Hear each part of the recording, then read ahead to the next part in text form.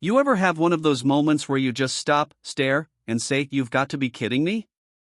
Yeah, that was me. So picture this, a quiet, cookie-cutter suburban street. Perfect lawns, matching mailboxes, and that one neighbor who somehow knows exactly when you take your trash out because they're always watching. Now imagine the peace of that scene being broken by the deep growl of a diesel engine. My brand new truck, shiny, lifted, and loud enough to make the neighborhood birds file a noise complaint, rolled down the street like it owned the place. That was my baby. My pride and joy. I'd worked long hours, skipped vacations, and ate way too many gas station sandwiches to afford it. Finally, I had something that screamed I made it. I backed it into my driveway slow and steady, the sun catching on the chrome. It looked right sitting there, like it belonged.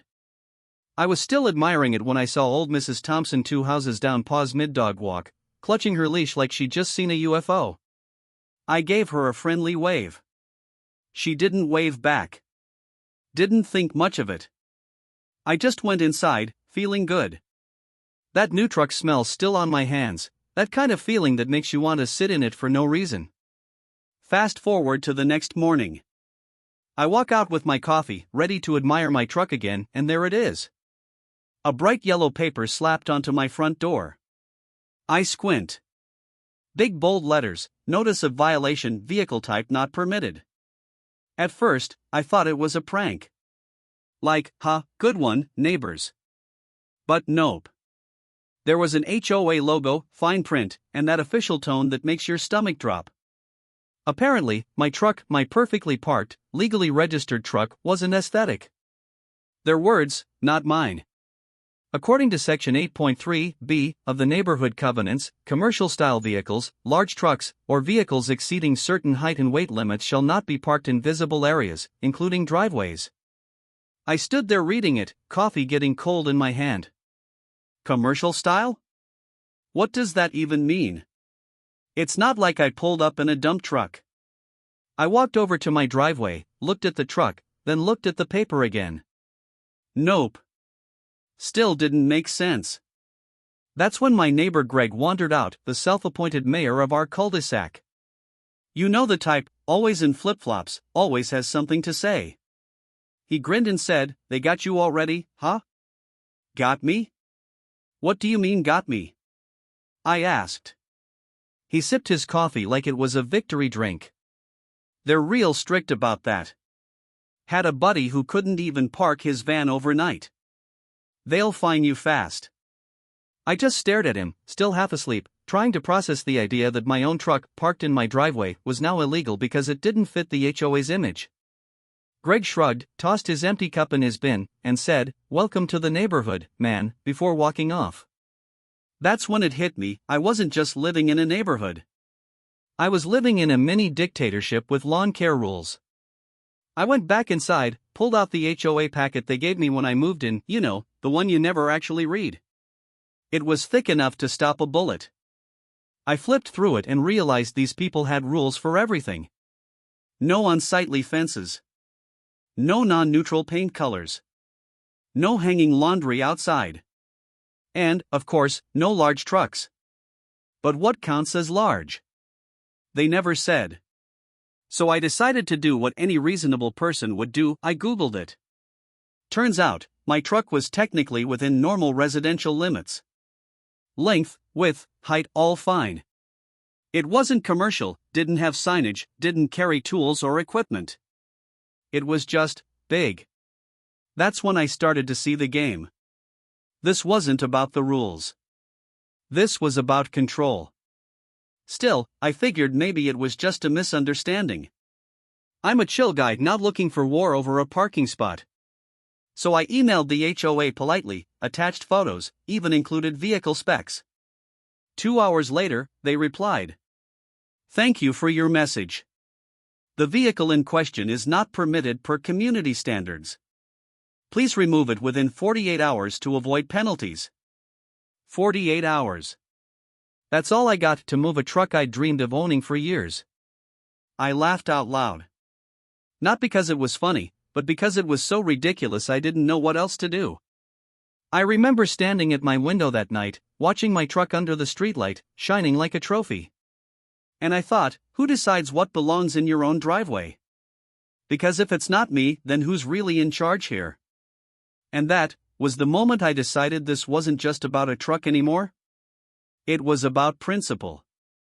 They said no trucks in the driveway. So I brought one they'd never forget.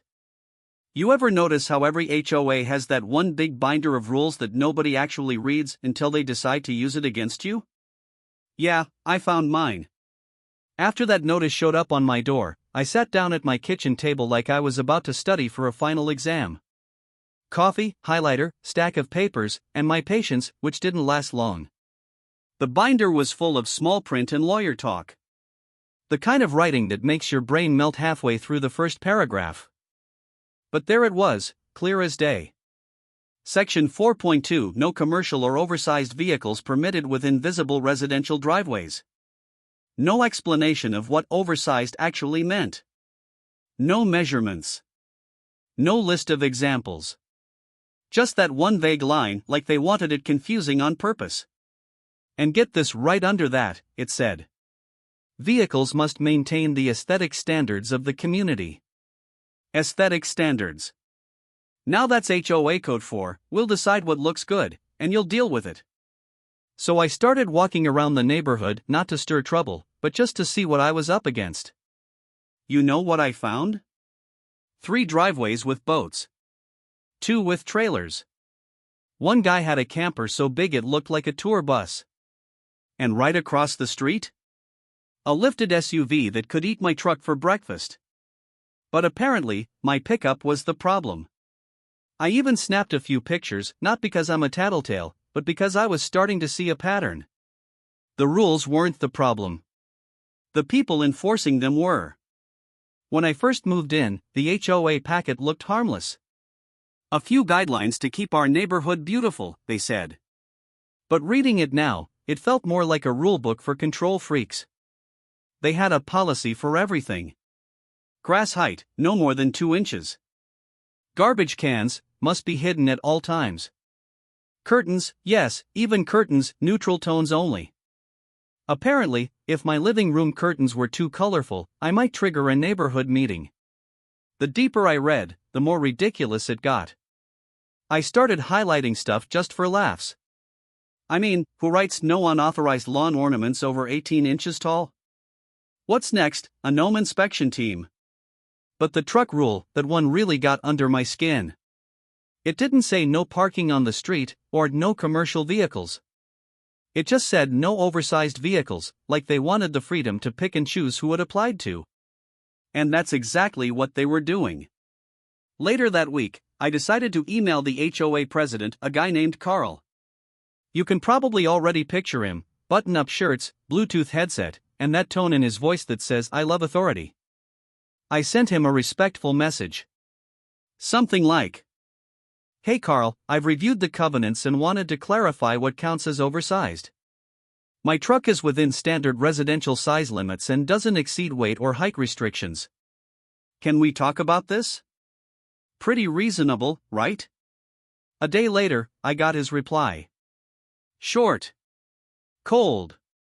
The rule is clear. Your vehicle does not meet community standards. Rules are rules. This is not negotiable. That was it. No explanation. No conversation. Just rules are rules. You ever notice that people say that when they don't actually have a good reason? I sat there staring at that email, thinking, man, this isn't about a truck anymore. This is about control. I started asking around. Turns out, a lot of folks in the neighborhood had their own run-ins with the HOA. One guy got fined for leaving his trash can out for an extra day even though he was out of town. Another lady got a warning for having a non-neutral garden flag. But others? The ones who seemed to know the HOA board personally? Oh, they got away with everything.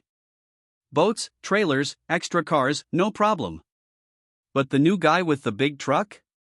Big problem. That's when I realized the rules weren't really rules. They were weapons. And people like Carl? They used them to remind you who's in charge. I couldn't help but laugh. Not because it was funny, but because of how predictable it all was. Every HOA starts with the same line, "We just want to keep the neighborhood nice." But somewhere along the way, nice turns into controlled. So, yeah. I read every page of that covenant book. Highlighted it, underlined it, even made notes in the margins. Because if they were going to play rulebook roulette, I wanted to know exactly what I was up against. And the more I read, the more I realized this whole thing was a joke. They said no oversized vehicles, but didn't define what that meant. They said aesthetic standards, but didn't list any actual standard. It was all open to interpretation. Their interpretation. I closed that binder, leaned back, and said out loud, "Rules are rules, huh?" Then I smiled. If they were going to play by the book, then I was going to learn how to read it better than they did. Because this wasn't just about a truck anymore. This was about standing up to a system that counted on you not paying attention. And trust me, I was paying attention now. Every neighborhood has that one person who takes things way too seriously. You know who I'm talking about, the self-appointed sheriff of suburbia. The kind of person who wakes up every morning not to enjoy life, but to enforce it. Ours had a name. Carl. Yep. The same Carl who sent me that rules are rules email. Turns out, he wasn't just the HOA president, he was the face of it. The man behind the letters, the clipboard, and the permanent scowl that could curdle milk. Carl was retired, but not the relaxed, fishing on weekends kind. No, Carl treated retirement like it was a second career. His new job? Neighborhood quality control. And business was booming. Every morning, like clockwork, Carl could be seen marching down the street in his khaki shorts and tucked-in polo, armed with a clipboard and a cheap pen that clicked like a metronome. He'd stop at every house, squint at lawns, measure mailboxes with his eyes, and jot something down like he was writing people's destiny. And his lawn? Oh, that thing was a museum exhibit. Perfect edges. Grass trimmed to military standards. Not a single leaf out of place. I swear he must have vacuumed it. He even had one of those little white fences purely for decoration, you know, the kind that says, "Don't touch me, I'm better than you." But the real kicker? He loved to leave notes. Not official HOA letters, those came later. No, Carl had his own personal brand of reminders. Little handwritten notes folded neatly and tucked into mailboxes, slipped under doormats, or taped to garage doors. Stuff like, "You missed a weed near your walkway. Mailbox color slightly off code, please repaint. Trash bins visible from the street.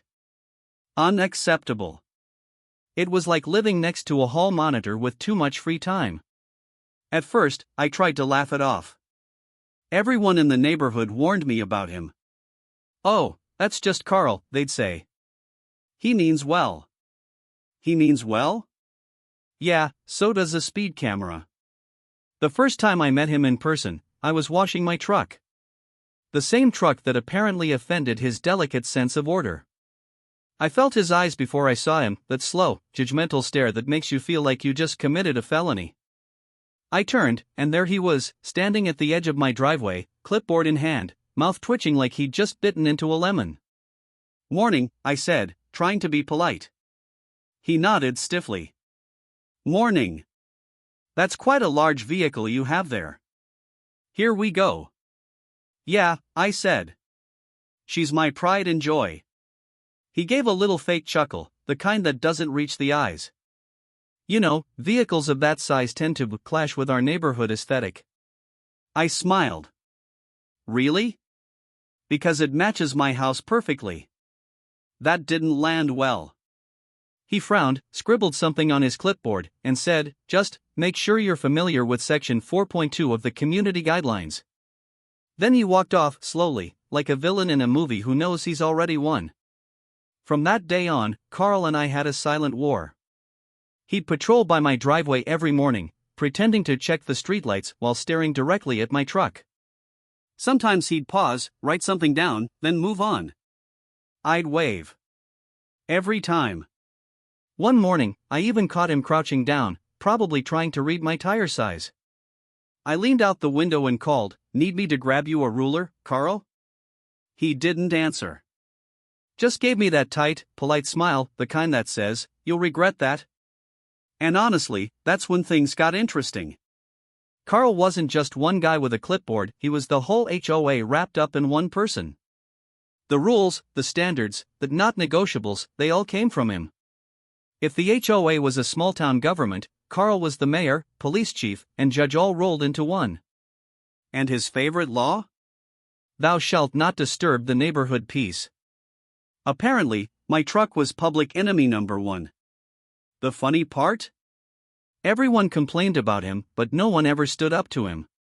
People just rolled their eyes, paid their fines, and mumbled under their breath. But me? I wasn't built for quiet submission. Because every time he left another note, every time he gave me that smug little smirk, it stopped being about rules. It became personal. And maybe that's why I couldn't just park my truck somewhere else and call it a day. Carl wasn't just challenging my vehicle. He was challenging me. So, yeah. Every neighborhood has that one guy who acts like the HOA badge gives him superpowers.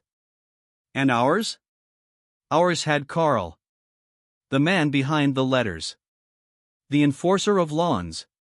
The self-declared guardian of neighborhood standards. And whether he knew it or not, he just picked a fight with the wrong driveway. To some people, it's just a truck. But to me, it's everything. I didn't buy it on a whim. I didn't wake up one day and say, "Hey, I think I'll drop 30 grand just to make Carl mad." No, this truck was a dream years in the making. See, I've always had a thing for machines, not the flashy kind, but the ones that mean something. The ones that tell a story just by the way they sound when you turn the key. Mine started as an idea. A goal. Back when I was still working 12-hour shifts, eating microwave dinners, and promising myself that one day, when things finally clicked, I get something that felt like mine. Not a company car. Not a family hand-me-down. Mine. I'd scroll through listings during lunch breaks, window shopping like a kid staring at candy through the glass. I knew exactly what I wanted, something rugged, something reliable, something that turned heads for all the right reasons. When I finally found her, she was rough around the edges, beat up, scratched, engine tired. Most people would have walked away. But I saw potential.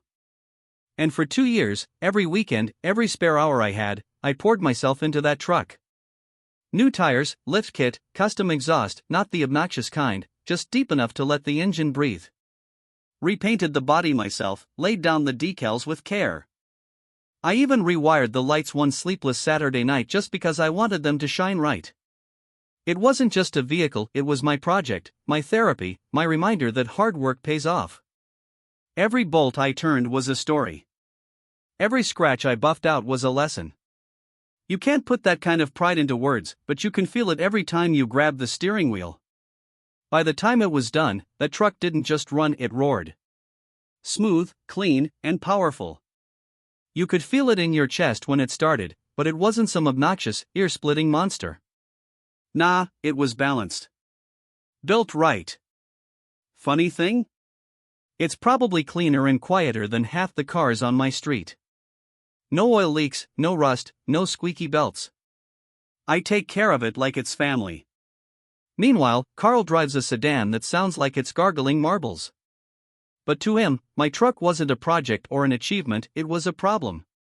To me, it was freedom. To him, it was defiance. And that's the thing about people like Carl, they don't see effort. They don't see the years you spent saving, the hours you spent learning, or the meaning behind what you built. They just see something that doesn't fit inside their little box. Every time I parked it in my driveway, I felt that mix of pride and peace, the kind you can't fake. It wasn't about showing off. It was about arriving. Because for me, that truck represented every time I got told you can't. Every late night I kept grinding anyway. Every setback that made me hungrier. It's more than metal and horsepower. It's proof that I built something for myself, with my own hands, my own money, and my own sweat. And maybe that's why it hit so hard when they called it a violation. They weren't just rejecting a vehicle, they were rejecting everything it stood for. I remember standing in the driveway one evening, polishing the hood, and watching the sunset reflect off the paint. That deep metallic glow, almost gold, made it look alive. My neighbor, Sam, walked over with a beer in hand and said, "Man, I don't get it. That thing's beautiful. They should put it on the welcome brochure." We laughed. But under that laugh, I could feel it, that quiet sting of unfairness. Because this wasn't about noise, or size, or rules.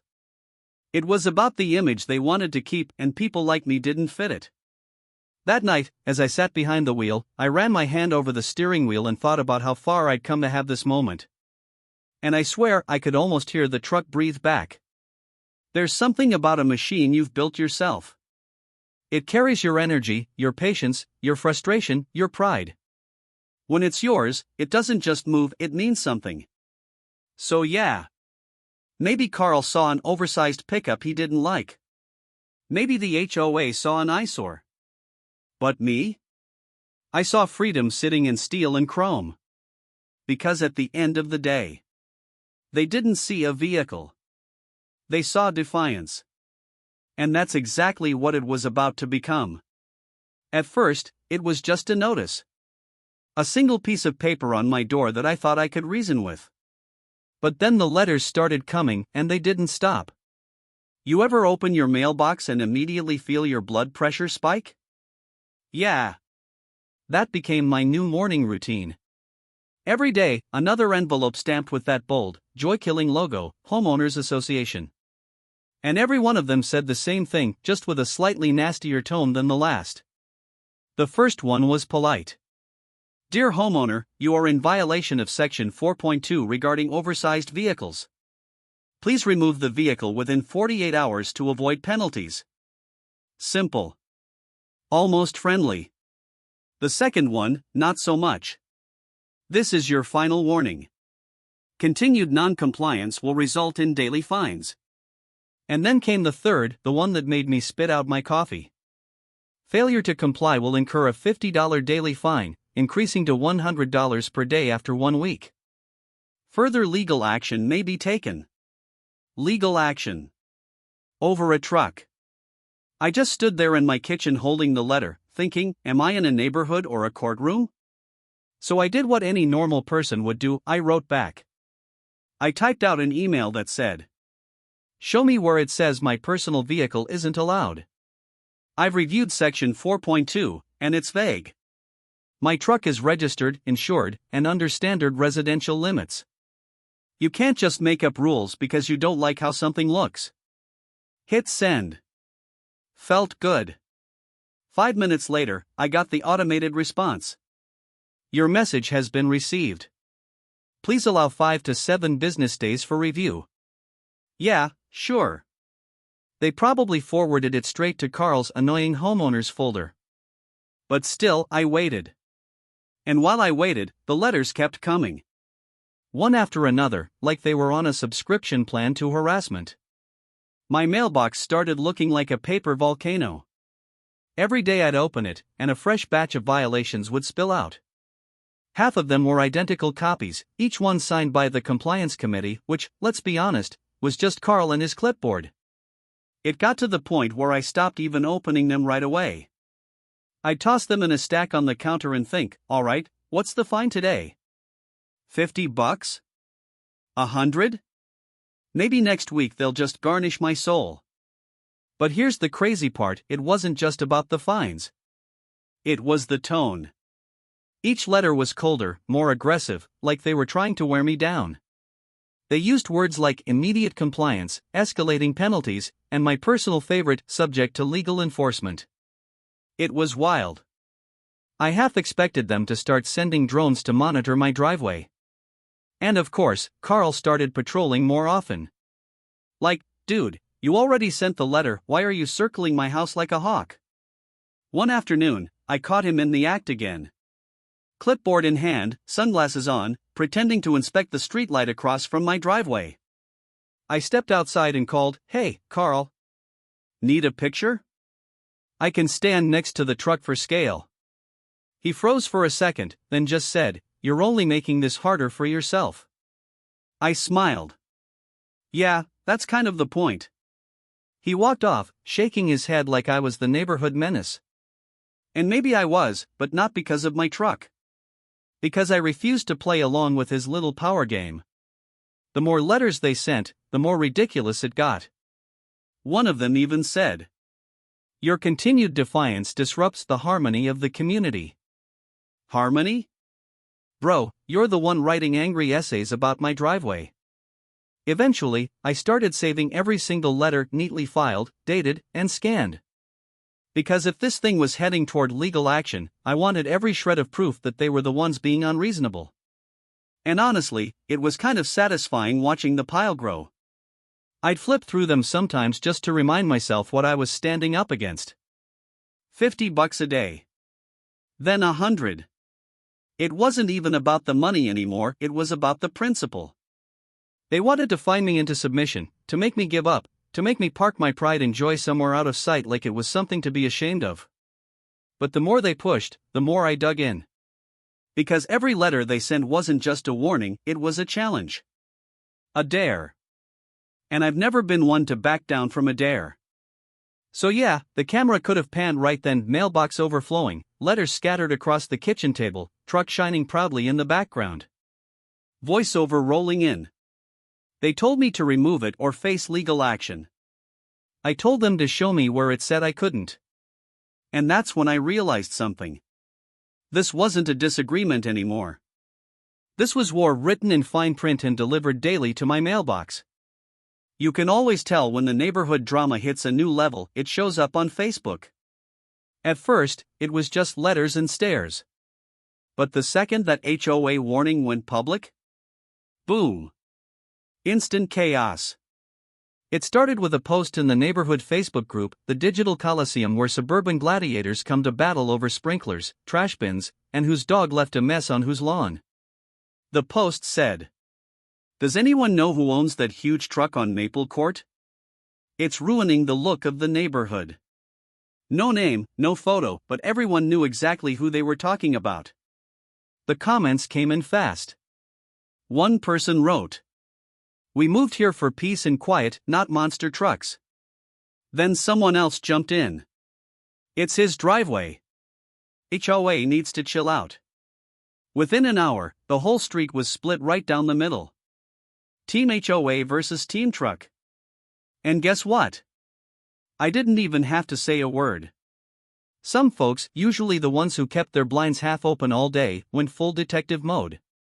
They were zooming in on my truck from their front windows, taking pictures for documentation. One even tagged the HOA president in the comments like it was a crime scene. "At Carl, please address this immediately." Meanwhile, other neighbors were quietly messaging me. "Hey man, love the truck.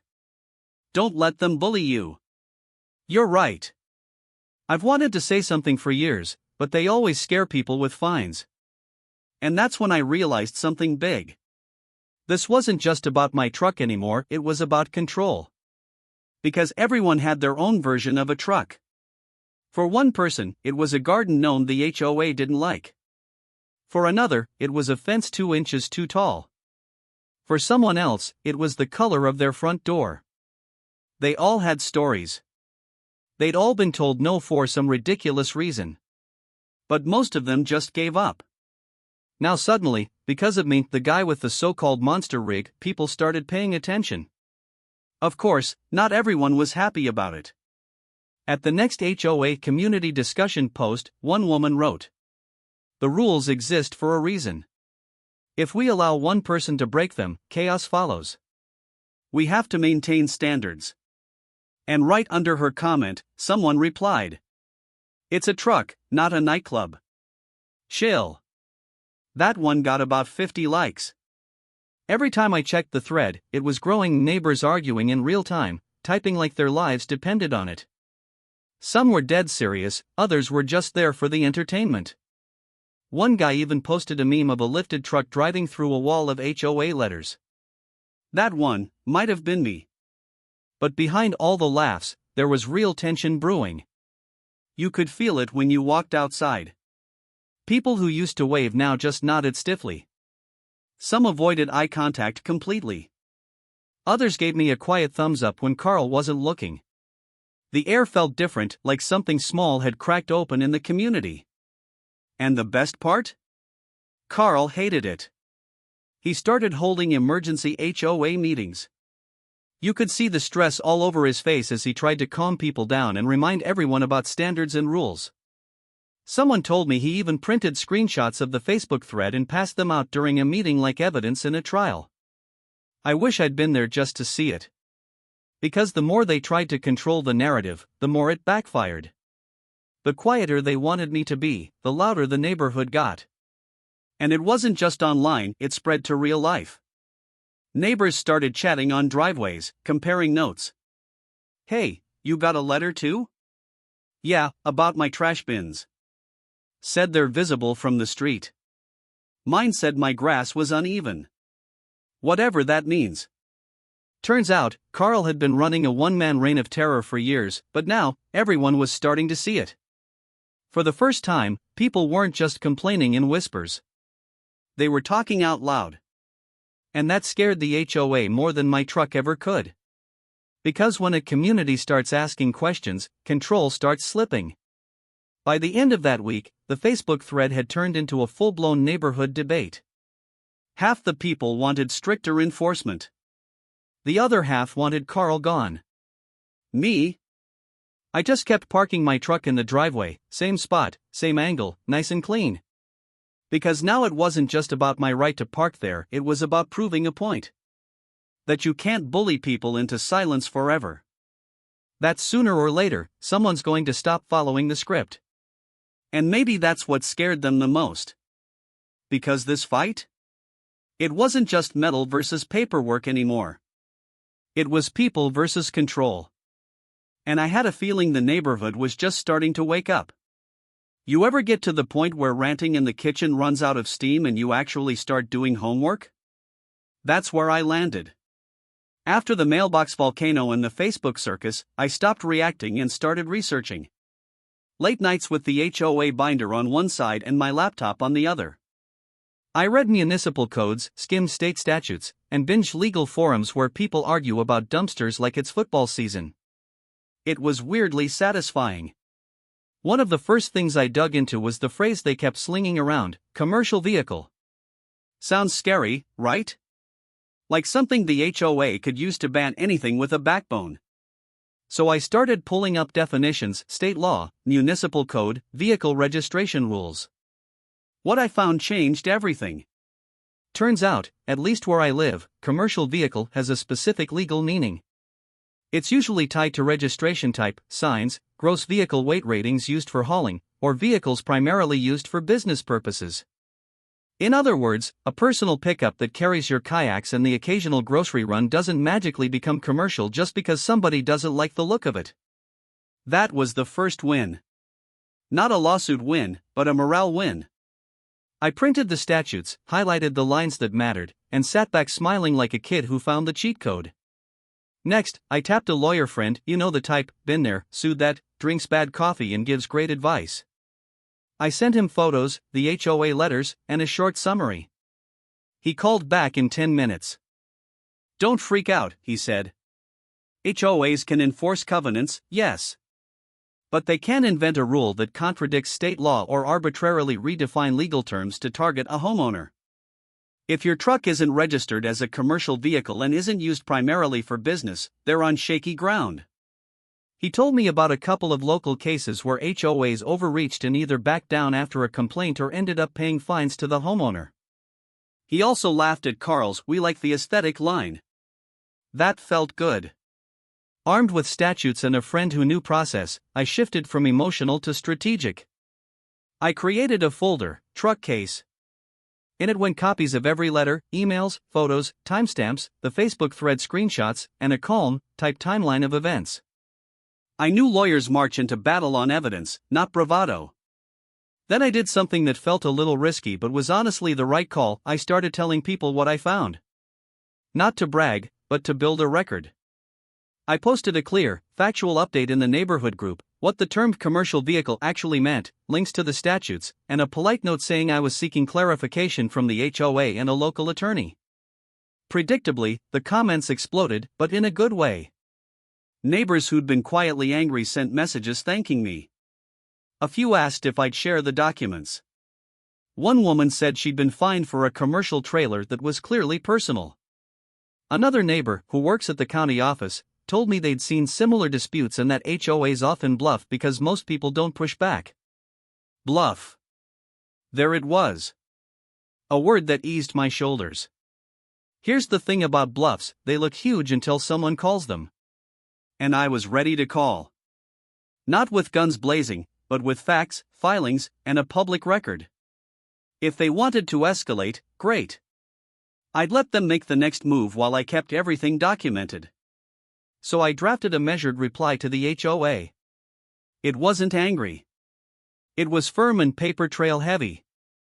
I quoted the statutes, attached photos and the registration, and asked them to point to the specific covenant language that legally reclassified my vehicle. I also mentioned I'd spoken to counsel and would consider formal complaint options if they continued with fines. I hit send and felt lighter than I had in weeks. Not because I expected fireworks, though honestly, I was ready for them, but because I'd stopped letting fear run the show. I turned uncertainty into a plan. That night, I sat on my truck's tailgate and watched the sun go down. The engine hummed cool and steady, and for the first time in a long time, I felt calm. This truck wasn't just a badge of hard work anymore, it was my foothold in a fight that mattered to more people than me. If they wanted to make an example out of me, I said to the empty street, I'd give them a real one. And I meant it. If you think revenge always looks like some elaborate heist, you've been watching the wrong movies. Sometimes it's simply louder, shinier, and full of people who love diesel. After the lawyer chat and the paperwork, I didn't want petty. I wanted unavoidable. Not mean, theatrical. A reminder that people who try to control everything usually forget they're dealing with other humans who like to be proud of what they built. So I did what any reasonable person would do, I upgraded.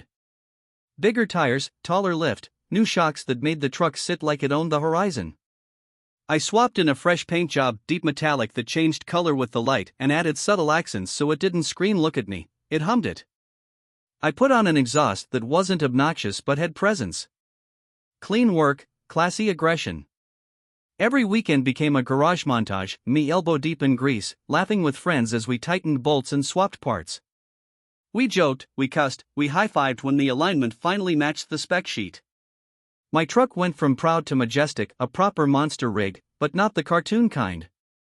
It had restraint. It had taste. Then came the idea that made the whole thing fun, a truck meet. Not a noise nuisance or an illegal rally, a charity meet. Food drive, pet shelter donations, a little tailgate community thing. Call it PR, call it optics, call it showing up with good intentions and a lot of horsepower. I posted it on the neighborhood group, Maple Court Truck Meet, Charity Drive, all welcome. And because people love drama almost as much as they love a good grill, word spread fast. Friends from other parts of town volunteered their rigs. Guys who normally live garage first, social second RSVP'd within minutes. Within a week, the invite list had trucks bigger than my wildest spreadsheet dreams. The day arrived clear and loud. Engines purred, then growled, then rolled through the cul-de-sac like a metallic migration. One by one, polished hoods and chrome bumpers gleamed under the sun. Tires the size of small planets left prints in the asphalt, and the smell of diesel mixed with the scent of barbecue.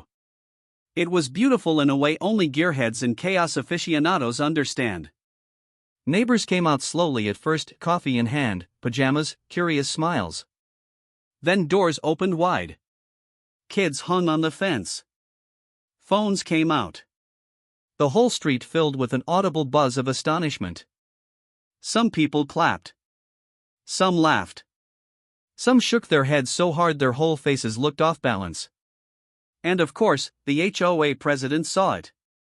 You don't get to be the neighborhood's self-appointed aesthetics czar and ignore a rolling chrome circus.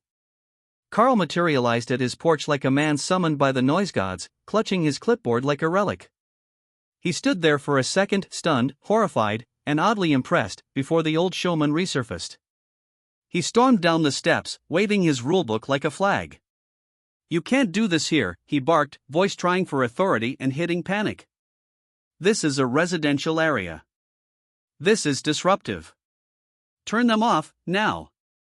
For a second, the music in my chest matched the idles of 100 engines. Then something funny happened. The neighborhood that had been split on Facebook clapped. Not loudly, just enough to fill the silence. Some folks who had sent me supportive messages now came forward, shaking hands, bringing donations, telling Carl to cool his clipboard. I walked up to Carl slow, palms visible like I wasn't trying to start a riot. "Hey, Carl," I said, smiling. "It's for the shelter. Food, supplies, we raised more in an hour than your last 3 fines combined." He flipped through his rulebook, found section 4.2, read it out loud like a man performing bad poetry. "This is not permitted," he said. "You've created a public disturbance." I nodded. "We checked permits. We coordinated with the charity. Besides, it's in my driveway. And the trucks are registered. Legally parked." He sputtered. People crowded around. Someone from the charity stepped forward with a stack of donation receipts and a thank you card. The kids were petting a rescue dog. The grill was doing miracles with hot dogs. It looked less like a civil disobedience meeting and more like a block party the HOA should have staged years ago. Carl's face went from red to a kind of flustered purple. He opened his mouth, tried to say something authoritarian, then closed it. The clipboard clattered to the ground, symbolic, really. From the porch, an old lady shouted, "Best thing to happen to this street in years." Someone started a slow, deliberate cheer. A couple of neighbors who'd been on the fence came over and clapped me on the back. Even Greg, with his flip-flops and eternal commentary, looked impressed. As engines cooled and people mingled, I stood by my truck watching the scene like a director who'd finally gotten his shot. The rumble was fading, but the point wasn't the noise. It was presence. Visibility. Pride. Community. The voiceover would be simple. They wanted no trucks, so I gave them a fleet. We left the street cleaner than we'd found it, donations box fuller than expected, and Carl had to go home and read his rulebook by himself. And somewhere between the last handshake and the final rev, I realized the plan had worked. Not because I'd proved a point to one man, but because I'd reminded people that neighborhood rules aren't about control, they're about community. Sometimes the loudest answer is the one that brings everyone together. You could feel it coming. The way Carl stood there at the truck meet, fuming and scribbling notes like a mall cop in crisis, I knew we hadn't seen the last of him. Sure enough, 2 days later, every mailbox on the street got the same official-looking letter. Notice of emergency HOA meeting. Topic: Community order and vehicle compliance. Attendance, mandatory. That word mandatory cracked me up. Like we were being summoned to a royal tribunal because a few trucks made too much sense for the neighborhood. So I showed up early. Not to stir anything, just to be prepared. I brought a folder thick enough to flatten Carl's clipboard dreams. Inside, printed statutes, my truck's registration, photos, and highlighted copies of the state vehicle code. If I was going to be accused of disturbing community order, I'd at least look professional doing it. The community hall filled fast. Half the neighborhood came out, some out of curiosity, some out of loyalty, and a few probably just for the free cookies. You could feel the divide, one side whispering about property values, the other giving me quiet thumbs up like we were at some suburban revolution. Then, right on cue, Carl strutted to the front like he was leading a corporate board meeting. His tie was crooked, his clipboard looked newly polished, and he cleared his throat like a man about to deliver the State of the Neighborhood address. "Thank you all for coming," he began, with that fake calm voice people use when they're already mad. "We are here to address a serious disruption to our community order, an event involving oversized vehicles, loud noise, and a blatant disregard for HOA regulations." He glanced at me, dramatic pause and all. A few people muttered under their breath. Someone from the back whispered, "It was a charity event, Carl." He pretended not to hear it. Carl continued, as per Section 4.2 of our bylaws, no commercial or oversized vehicles may be parked in driveways overnight. This rule ensures safety, aesthetics, and harmony within our community. Yet, despite multiple warnings, that's when I raised my hand. Calm.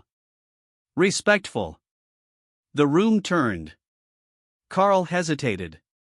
Yes, he said, already annoyed.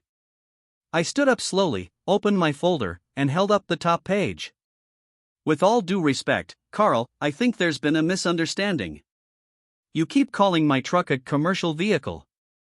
But according to state law, I flipped to the highlighted section. A commercial vehicle is one used primarily for business purposes or registered as such. Mine isn't. It's a personal vehicle, privately registered. Which means your rule doesn't apply here.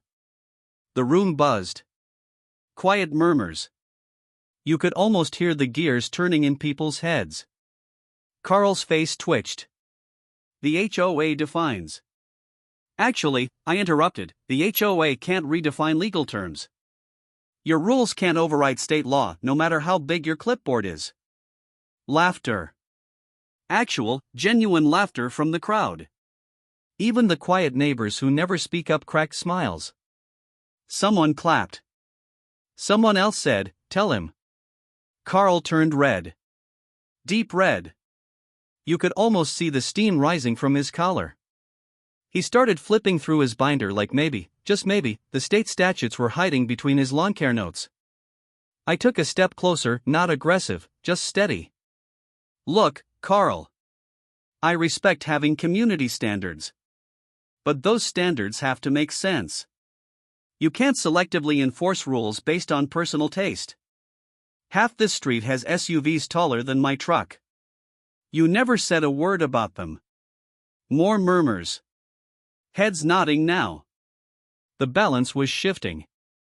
One of the board members, a woman who'd stayed quiet through most meetings, finally spoke. He's right, she said. We've been inconsistent.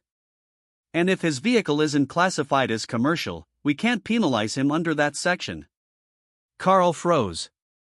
He tried to recover, mumbling about neighborhood character and setting precedents, but it was too late. The board was whispering among themselves. The crowd was on my side. I closed my folder and said, if this is really about keeping the community peaceful, maybe start by respecting your own members. We all live here. We all pay dues. We deserve fairness, not fear. That one landed. You could hear the silence that follows when the truth finally hits air. Carl stood there blinking, clutching his clipboard like it was the last piece of a sinking ship. The board took a quick recess, really just code for let's not implode in front of everyone. When they came back, the vice president made it official. After reviewing the applicable laws and the documentation provided, the board has determined that no violation occurred. The fines will be rescinded. And just like that, it was over. No apology, of course. Carl wasn't built for those, but watching his jaw tighten as he wrote down "case closed" on his sheet was all the apology I needed. As people filtered out, neighbors shook my hand, laughed, patted my shoulder. One guy even said, "Man, that was better than cable." I stepped outside into the night, air cool and clean. My truck sat in the driveway, moonlight gleaming across the hood like a victory banner. I smiled and whispered to myself, "Guess community order's looking a lot better now." And that was it: silence, satisfaction, and a driveway that finally belonged to me again. The morning after the HOA meltdown felt weirdly peaceful. Like the calm after a storm that took years to build. First thing in the mailbox, letters. Not the usual stack of threats, fines, and passive-aggressive warnings. Just one official notice, short, sterile, almost embarrassed. Retraction of fines and notice of policy review. Effective immediately, all previous fines and violation notices related to vehicle compliance are hereby rescinded.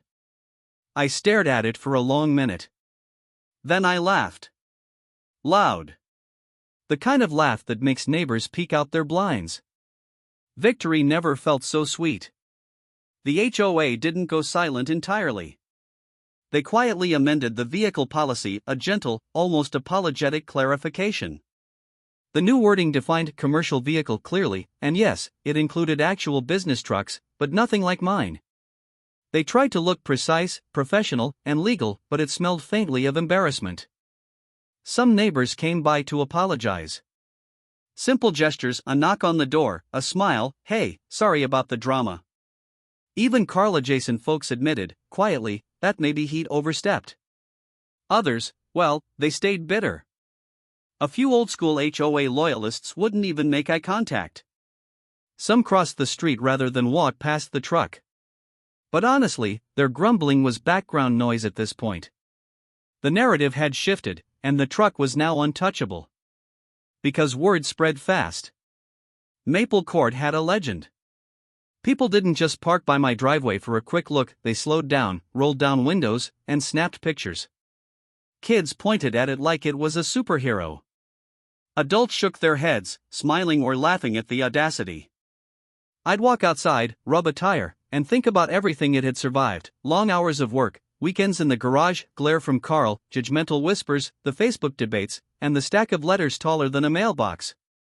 Every dent told a story. Every scratch had a memory attached, a weekend spent customizing, a late-night troubleshooting, a little victory when the bolts finally lined up. Even the rev of the engine became something symbolic. One roar down the street echoed more than horsepower, it echoed freedom.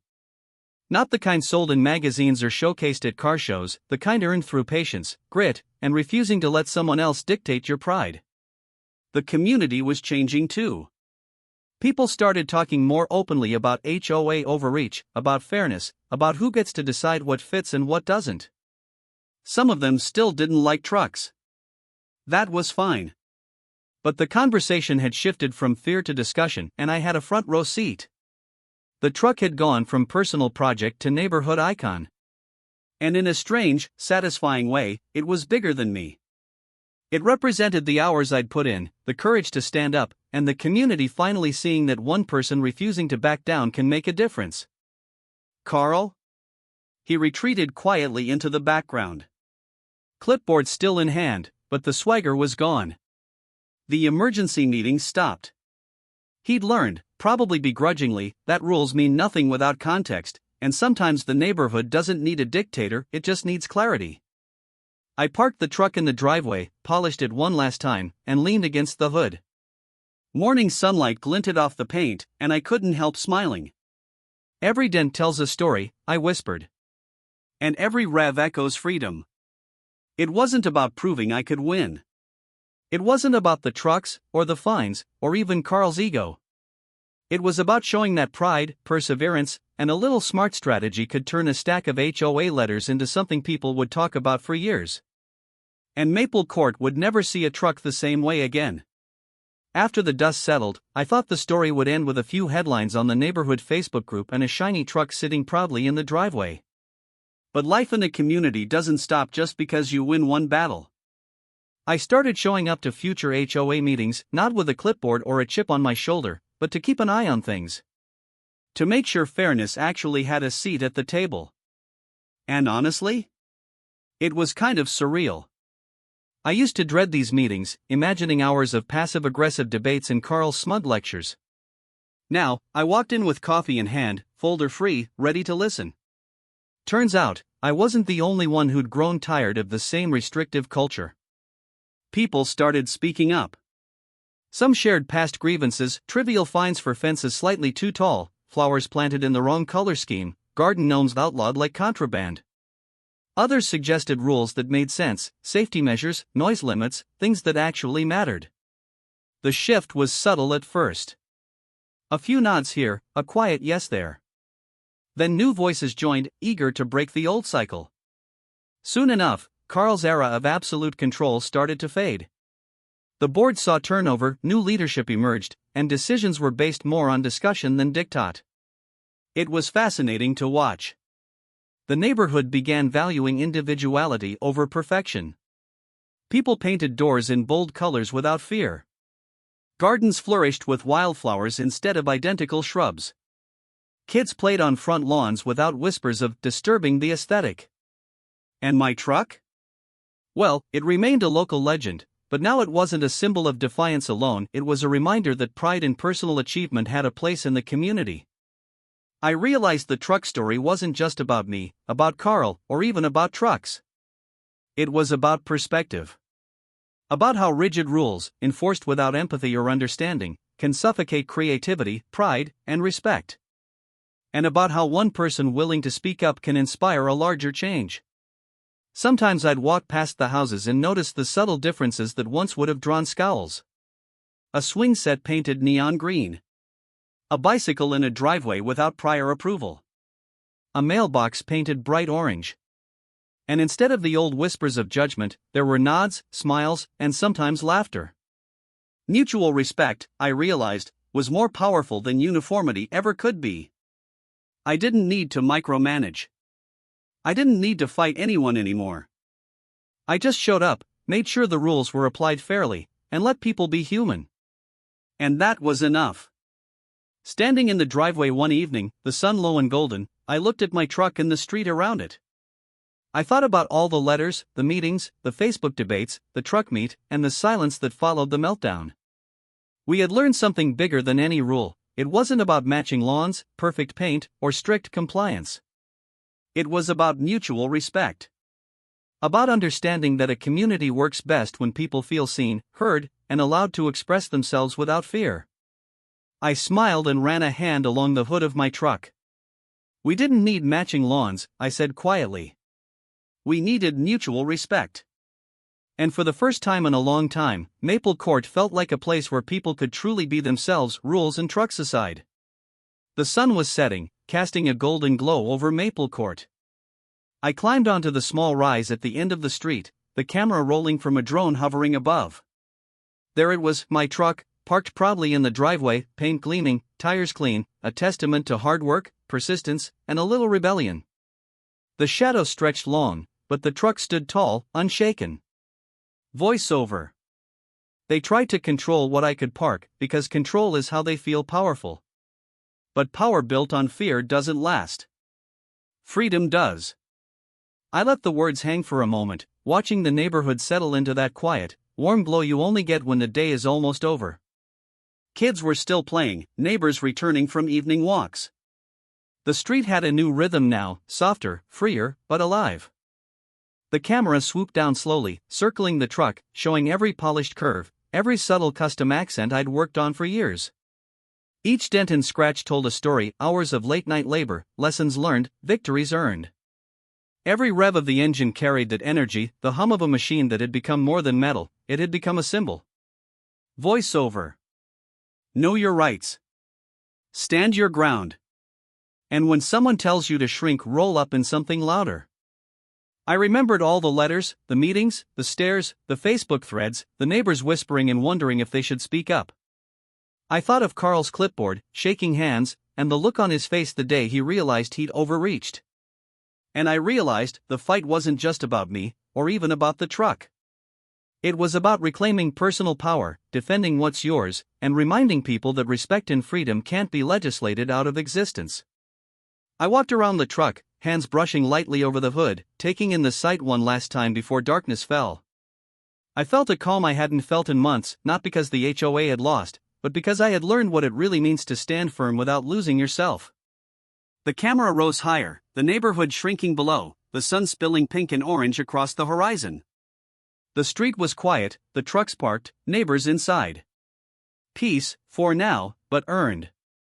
Voiceover, slow, cinematic. They said no trucks, so I parked a monster rig. A final shot lingered on the truck, strong, shiny, untouchable, bathed in the warm glow of the setting sun. The music swelled just enough to make your chest feel it, but not too much to take away from the simplicity of the moment. Victory wasn't loud in cheers, it was in freedom, in pride, and in the knowledge that control rooted in fear eventually crumbles. The drone pulled up higher, the street stretched beneath it, calm and ordered yet alive with stories, and the truck, my truck, stood as proof that one person's patience, strategy, and courage could ripple through an entire community. Fade out.